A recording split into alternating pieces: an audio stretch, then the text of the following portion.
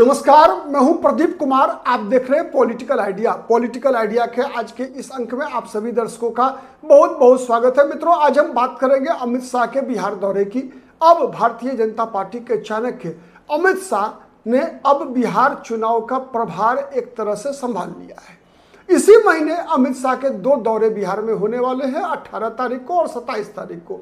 18 तारीख को भारतीय जनता पार्टी के पटना में कोर कमेटी की जो है बिहार प्रदेश के लिए उसकी बैठक होगी, जिसमें अमित शाह शामिल होंगे। साथ ही कई छोटी छोटी बैठकें अमित शाह के साथ भारतीय जनता पार्टी के बिहार प्रदेश के नेताओं की होने वाली है। और इन बैठकों में अमित शाह सबसे पहले विधानसभा वार, हर विधानसभा वार आप कह सकते हैं कि जो नाम बीजेपी की तरफ से चर्चा में है, जिनको उम्मीदवार बनाने की बात हो रही है, और जो वर्तमान विधायक हैं, सब के विधानसभा क्षेत्रों में उनकी उपलब्धियों और उनके बारे में जो भारतीय जनता पार्टी का इंटरनल सर्वे आप जो भारतीय जनता पार्टी लगातार कराती रहती है, उसका रिपोर्ट कार्ड भी लेकर अमित शाह पटना आ रहे हैं। और इसी रिपोर्ट कार्ड के आधार पर अमित शाह भारतीय जनता पार्टी के कोर कमेटी के नेताओं के साथ इस इंटरनल सर्वे रिपोर्ट की समीक्षा की जाएगी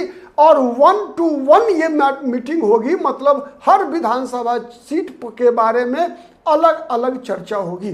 कहा जा रहा है कि अमित शाह के पास 30 से 35 विधायकों के बारे में जो फीडबैक है वो कंप्लीट नकारात्मक है। मतलब उनके खिलाफ जबरदस्त एंटी इनकम्बेंसी बिहार विधान उनके क्षेत्र में लगा व्याप्त है। और इसीलिए भारतीय जनता पार्टी इन सभी विधायकों के टिकट काटने की बात कर रही है। और आपको पता है अमित शाह इस मामले में कितने निर्मम होते हैं। भारतीय जनता पार्टी का केंद्रीय नेतृत्व हर चुनाव को एक मिशन के रूप में लेता है और भारतीय जनता पार्टी के लिए चुनाव जीतना सबसे बड़ी प्राथमिकता होती है। भारतीय जनता पार्टी और का जो केंद्रीय नेतृत्व है वो व्यक्ति उतना महत्वपूर्ण नहीं होता जितना महत्वपूर्ण होता है पार्टी की जीत। इसी क्रम में भारतीय जनता पार्टी का जो इंटरनल सर्वे का रिपोर्ट जो एक तरह से उसके कुछ अंश हमारे हाथ लगे हैं, उसके आधार पर मैं बता सकता हूं कि लगभग 30-29 विधायकों की सूची है। और कहा जा रहा है कि 35 की वो लिस्ट है अमित शाह के पास, ठीक है, जिनके बारे में माना जा रहा है कि इनके बारे में जो इंटरनल सर्वे की रिपोर्ट पहुंची है वो कंप्लीट नकारात्मक है। और उन सभी विधानसभा क्षेत्रों पर भारतीय जनता पार्टी और ज्यादा फोकस करने की इस बार मूड में है। साथ ही कई विधानसभा क्षेत्रों की अदला बदली भी होनी है। गठबंधन के घटक दलों के बीच आपस में भी जो है सीटों की अदला बदली भी होनी है। उसमें सबसे पहली बात चुनौती है कि चिराग पासवान को जो सीटें दी जानी है उसको भी सीट निकालने की आवश्यकता पड़ेगी। भारतीय जनता पार्टी और जनता दल यूनाइटेड जो पिछली बार जो चुनाव लड़ी थी, आपको पता है पिछली बार भारतीय जनता पार्टी जो है 110 विधानसभा सीट लड़ी थी। 11 सीट भारतीय जनता पार्टी के कोटे से दी गई थी वीआईपी को, विकासशील इंसान पार्टी को। साथ ही 122 सीट जनता दल यूनाइटेड के खाते में था, जिसमें 115 सीट पर नीतीश कुमार की पार्टी जनता दल यूनाइटेड चुनाव लड़ी थी। और नीतीश कुमार के कोटे से 7 विधानसभा सीट जीतन राम मांझी को दी गई थी। तो एक तरह से कह सकते हैं आपकी इस बार फिर से बंटवारा का आधार तो बदल जाएगा, क्योंकि पिछली बार मात्र जिस प्रकार की परिस्थिति थी उस प्रकार की परिस्थिति इस बार नहीं है। सीधा सीधी एक दल की बढ़ोतरी है। पिछली बार चिराग पासवान अलग चुनाव लड़े थे, इस बार चिराग पासवान एनडीए के साथ है, तो चिराग पासवान का बड़ा शेयर होना है। साथ ही मुकेश सहनी की जगह पर आप रख ले सकते हैं उपेंद्र कुशवाहा को। जीतन राम मांझी अपने जगह पे ही बने रहेंगे, क्योंकि जनता दल यूनाइटेड के कोटे से ही जीतन राम मांझी को सीट मिली थी। खैर, जब हम बात करते हैं बीजेपी के विधायकों की आज जो अमित शाह के पास जो लिस्ट है उसके आधार पर, तो कई ऐसे मित्र विधायक हैं जो काफी दिनों से भी चुनाव जीतते आ रहे हैं। उसमें सबसे पहला नाम है भागीरथी देवी का। भागीरथी देवी कई चुनाव लगातार जीत चुकी है। रामनगर विधानसभा सीट से पश्चिम चंपारण में आती है, तो ये इनकी उम्मीदवारी भी इस बार खतरे में है। इनके खिलाफ भी एंटी इनकम्बेंसी इनके विधानसभा क्षेत्र में जबरदस्त है, ठीक है। तो सबसे पहला नाम है भागीरथी देवी का। दूसरा उसी जिले में उसी जिले में बिहार की पूर्व उप मुख्यमंत्री रेणु देवी के खिलाफ भी स्थानीय स्तर पर काफी आक्रोश है और उसकी कीमत रेणु देवी को इस बार चुकानी पड़ सकती है। साथ ही रेणु देवी का टिकट कटना लगभग तय है, इसलिए उसके दो और कारण है। एक तो उम्र सीमा भी है, ठीक है, शरीर से भी अब बहुत ज्यादा सशक्त नहीं है रेणु देवी, ठीक है, और दूसरा थोड़ी बहुत क्षेत्र में बदनामी भी है अपने परिजनों के कारण, ठीक है, तो रेणु देवी का मामला है। उसके अलावा इसी जिले से एक विधायक है नारायण प्रसाद, मंत्री भी है, ठीक है, नौतन विधानसभा क्षेत्र से हैं। इनका भी फीडबैक जो है इनके खिलाफ भी जो है बहुत ही अच्छा नहीं है। एक और उम्मीदवार है जो इसी चंपारण से ही है, रक्सौल से भारतीय जनता पार्टी के पिछली बार जीते हुए थे, पहली बार जीते थे प्रमोद कुमार सिन्हा। उनका भी टिकट लगता है कि इस बार यदि सर्वे रिपोर्ट के आधार पर अमित शाह कोई फैसला करने वाले हैं तो रक्सौल में प्रमोद कुमार सिन्हा भी इस बार लटक सकते हैं, ठीक है। उसके अलावा बथनाहा विधानसभा सीट जो सीतामढ़ी जिला में पड़ता है, वहां के विधायक है अनिल कुमार। इनके खिलाफ भी रिपोर्ट जो है नकारात्मक आ रहा है। सीतामढ़ी शहर के विधायक है मिथिलेश प्रसाद, ठीक है, इनके खिलाफ भी, और कहा जाता है कि ये अब सक्रिय भी नहीं है, इनकी निष्क्रियता की कीमत इनको चुकानी पड़ सकती है। हो सकता है भारतीय जनता पार्टी के उम्मीदवार के रूप में वहां इस बार आपको सुनील कुमार पिंटू जो पूर्व में सांसद रहे हैं वो इस बार उम्मीदवार के रूप में दिखे तो कोई आश्चर्य नहीं कीजिएगा। उसके अलावा बिहार में पूर्व मंत्री रहे विनोद नारायण झा बेनीपट्टी विधानसभा सीट से लगातार चुनाव जीतते आ रहे हैं। इस बार उनकी भी सीट खतरे में है। उनके खिलाफ भी स्थानीय स्तर पर न केवल आम जनता के बीच बल्कि भारतीय जनता पार्टी के कार्यकर्ताओं के बीच भी आक्रोश है। और ऐसी परिस्थिति आपको याद होगा पिछले बार भी वहां एक प्रकार से बगावत की स्थिति थी। भारतीय जनता पार्टी के जो वहां पर जो वरिष्ठ नेता हैं घनश्याम ठाकुर जो पूर्व जिलाध्यक्ष रहे थे, उन्होंने एक तरह से बगावत ही कर दिया था। वो तो संभाल लिया था उन दिनों जो बीजेपी के प्रभारी थे बिहार में भूपेंद्र यादव और नित्यानंद राय थे प्रदेश अध्यक्ष, तो उन दोनों ने मिलकर इस परिस्थिति को संभाला था और उसको कंपनसेट किया था घनश्याम ठाकुर को बिहार विधान परिषद में भेजकर। लेकिन उनकी विनोद नारायण झा की सीट भी इस बार खतरे में है और ऐसा चर्चा चल रहा है कि विनोद नारायण झा खुद भी नहीं लड़ना चाहते हैं कि उनके बदले उनके पुत्र विभय कुमार झा वहां से चुनाव लड़े।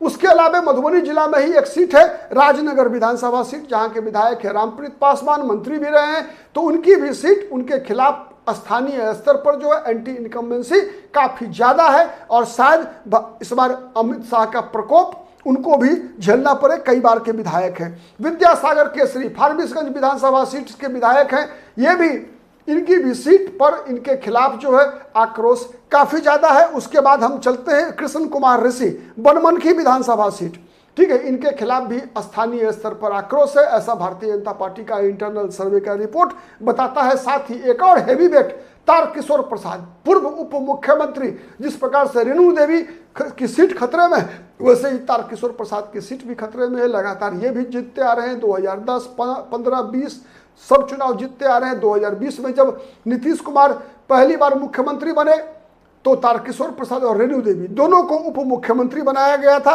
तो इनकी सीट भी खतरे में है। इनके खिलाफ भी स्थानीय स्तर पर काफी आक्रोश है, एंटी इनकम्बेंसी है। निशा सिंह पूर्व मंत्री विनोद सिंह की पत्नी है। विनोद सिंह की मतलब आकस्मिक निधन के बाद इनको निशा सिंह को बीजेपी ने टिकट दिया था, लेकिन वो अपनी सक्रियता से अपना प्रभाव जमाने में असफल रही है, इसीलिए उनके खिलाफ भी जो है आक्रोश काफी ज्यादा है। बीजेपी शायद उनकी भी सीट बदले, उम्मीदवार बदले। वहां से सहरसा विधानसभा सीट आलोक रंजन झा वहां से विधायक है, पिछली बार उन्होंने लवली आनंद को हराया था। लवली आनंद आपको पता है आनंद मोहन की पत्नी, वो आरजेडी की टिकट पर चुनाव लड़ी थी, उनको हराकर जीते थे आलोक रंजन झा। इस बार उनके खिलाफ भी एंटी इनकम्बेंसी का मामला चल रहा है। वहां हो सकता है कि जो मेयर है वहां की भारतीय जनता पार्टी के पूर्व विधायक संजीव झा की पत्नी, उनके चुनाव लड़ने की भी संभावना बन रही है। साथ ही स्वर्णा सिंह वो उम्मीदवार है जो वीआईपी की टिकट पर चुनाव लड़ी थी, उनके खिलाफ भी आक्रोश है। लेकिन ऐसी चर्चा है कि वो खुद भी लड़ना नहीं चाहती, बल्कि उनके पति जो आईआरएस अधिकारी है उनके चुनाव लड़ने की वहां से पूरी संभावना है और शायद भारतीय जनता पार्टी के टिकट पर ही उनके पति वहां से चुनाव लड़ेंगे। मिश्री लाल यादव, आपको पता है ये भी वीआईपी की टिकट पर चुनाव जीते थे। अलीनगर विधानसभा क्षेत्र से, अलीनगर विधानसभा सीट जाना जाता है अब्दुल बारी सिद्दीकी के कारण भी। अब्दुल बारी सिद्दीकी यहाँ के स्थानीय हैं, लेकिन वो अलीनगर छोड़कर चले गए थे केवटी, जहाँ से वो हार गए। तो यहाँ से बीजेपी के में पार्टी में है अभी मिश्री लाल यादव, लेकिन उनकी छवि जिस प्रकार से खराब हुई है कई कारणों से, कई मुद्दों पर, और भारतीय जनता पार्टी का नेतृत्व भी उनसे नाराज चल रहा है, वो खुद बगावती मुद्रा में है, इसलिए संभावना है कि उनके भी टिकट कट जाए और वहां से भारतीय जनता पार्टी इस बार चुनाव लड़ने का मूड बना चुकी है। शायद ऐसा चर्चा, कई उम्मीदवार का नाम दौर में है, लेकिन सबसे आगे जो नाम चल रहा है वहां वो है दरभंगा जिला में भारतीय जनता युवा मोर्चा के पूर्व में अध्यक्ष रहे बालेंदु झा का। ठीक है, बालेंदु झा का नाम चल रहा है अलीनगर विधानसभा क्षेत्र से। बालेंदु झा, आपको पता है कि इससे पहले जब दरभंगा में जो चुनाव हुआ था मेयर का, डिप्टी मेयर के पद पर बालेंदु झा की पत्नी चुनाव लड़ी थी निर्दलीय उम्मीदवार के रूप में। काफी ज्यादा मत लाकर जो है अपनी एक तरह से लोकप्रियता बालेंदु झा ने साबित किया था वहां पर, और एक ऊर्जावान कार्यकर्ता के रूप में भारतीय जनता पार्टी के अपनी पहचान वो बनाकर रखे हैं। तो इसका लाभ शायद बालेंदु झा को मिले, लेकिन मिश्री लाल यादव का टिकट कटना लगभग तय है। ठीक है, उसके बाद हम बात करते हैं हायाघाट विधानसभा सीट का। वहां पर लगातार 2 बार से जीत रहे हैं रामचंद्र प्रसाद, उनका भी टिकट कटने की चर्चा चल रही है। शायद वहां से अमरनाथ कामी जो पूर्व में विधायक रहे हैं, एक बार फिर से उनको टिकट मिलने की संभावना बन रही है। इसके अलावा मंत्री हैवीवेट है जीवेश मिश्रा। जीवेश मिश्रा भी पिछली बार इसलिए जीत गए थे चुनाव चूंकि वहां पर कांग्रेस पार्टी ने एक विवादित व्यक्ति को, मस्कूर रहमानी को टिकट दिया था। इस बार भी ठीक है मंत्री हैं, लेकिन उनके खिलाफ भी एंटी इनकम्बेंसी स्थानीय स्तर पर काफी ज्यादा है, तो उनका भी टिकट कट सकता है। छपरा विधानसभा सीट से सीएन गुप्ता, ठीक है, सीएन गुप्ता एक तो उम्र के कारण भी और दूसरा सक्रियता नहीं रहने के कारण अब अपने विधानसभा क्षेत्र में उनका रेपुटेशन खराब हुआ है और सर्वे रिपोर्ट बता रही है कि उनकी भी गद्दी विधायकी उम्मीदवारी खतरे में है। साथ ही मंत्री हैं सुरेंद्र मेहता, बिहार विधानसभा में बछवाड़ा से जीते हैं, उनकी स्थिति भी डामाडोल है, उनके खिलाफ भी जो है सर्वे रिपोर्ट की स्थिति वही है। अरुण कुमार सिन्हा, पटना शहर कुम्हरार के विधायक है अरुण सिन्हा, उनकी भी स्थिति खराब है और शायद वो भी इस बार चुनाव नहीं लड़ना चाहते हैं। यहाँ भी भारतीय जनता पार्टी की तरफ से कई उम्मीदवार दौर में हैं। रत्नेश कुशवाहा है, संजय गुप्ता है, मनीष सिन्हा है, कई उम्मीदवार दौर में है। अब देखिए किसका भाग खुलता है। चर्चा ऐसी भी चल रही है कि बिहार के उप मुख्यमंत्री सम्राट चौधरी भी शायद कुम्हरार से भाग्य आजमाएं, इसकी भी चर्चा है। अब देखना होगा कि अंतिम समय में, लेकिन ये इस बात की पूरी संभावना है कि कुम्हरार से अरुण सिन्हा की टिकट कट जाए। आरा से एक और हैवीवेट, पूर्व मुख्यमंत्री बिहार के हरिहर सिंह के पुत्र, भारतीय जनता पार्टी के कई बार से जीत रहे विधायक अमरेंद्र प्रताप सिंह, विधानसभा के उपाध्यक्ष भी रहे, इनकी भी गद्दी खतरे में है। एक तो उम्र का प्रभाव है, दूसरा सर्वे रिपोर्ट भी इनके खिलाफ आ रहा है। उसके अलावा वीरेंद्र सिंह वजीरगंज विधानसभा गया जिला में, इनकी भी गद्दी उम्मीदवारी खतरे में है। इस बार बीजेपी का सर्वे रिपोर्ट बता रहा है कि इनकी भी दाल गलने वाली नहीं है। राम सिंह बगहा, इनके खिलाफ भी एंटी इनकम्बेंसी न केवल आम जनता में बल्कि भारतीय जनता पार्टी के कार्यकर्ताओं के बीच भी इनके प्रति असंतोष है। चिरैया विधानसभा सीट लाल बाबू प्रसाद गुप्ता, ठीक है, इनकी भी उम्मीदवारी की स्थिति खराब है। मोतीलाल प्रसाद बिहार सरकार में मंत्री हैं, तेली समाज से आते हैं, अति पिछड़ा समाज से आते हैं, मंत्री बनाया गया है अति पिछड़ा को साधने के लिए, लेकिन इनके खिलाफ भी स्थानीय स्तर पर जो है आक्रोश, जनाक्रोश तो है ही, साथ ही कार्यकर्ता भी इनके खिलाफ चल रहे हैं।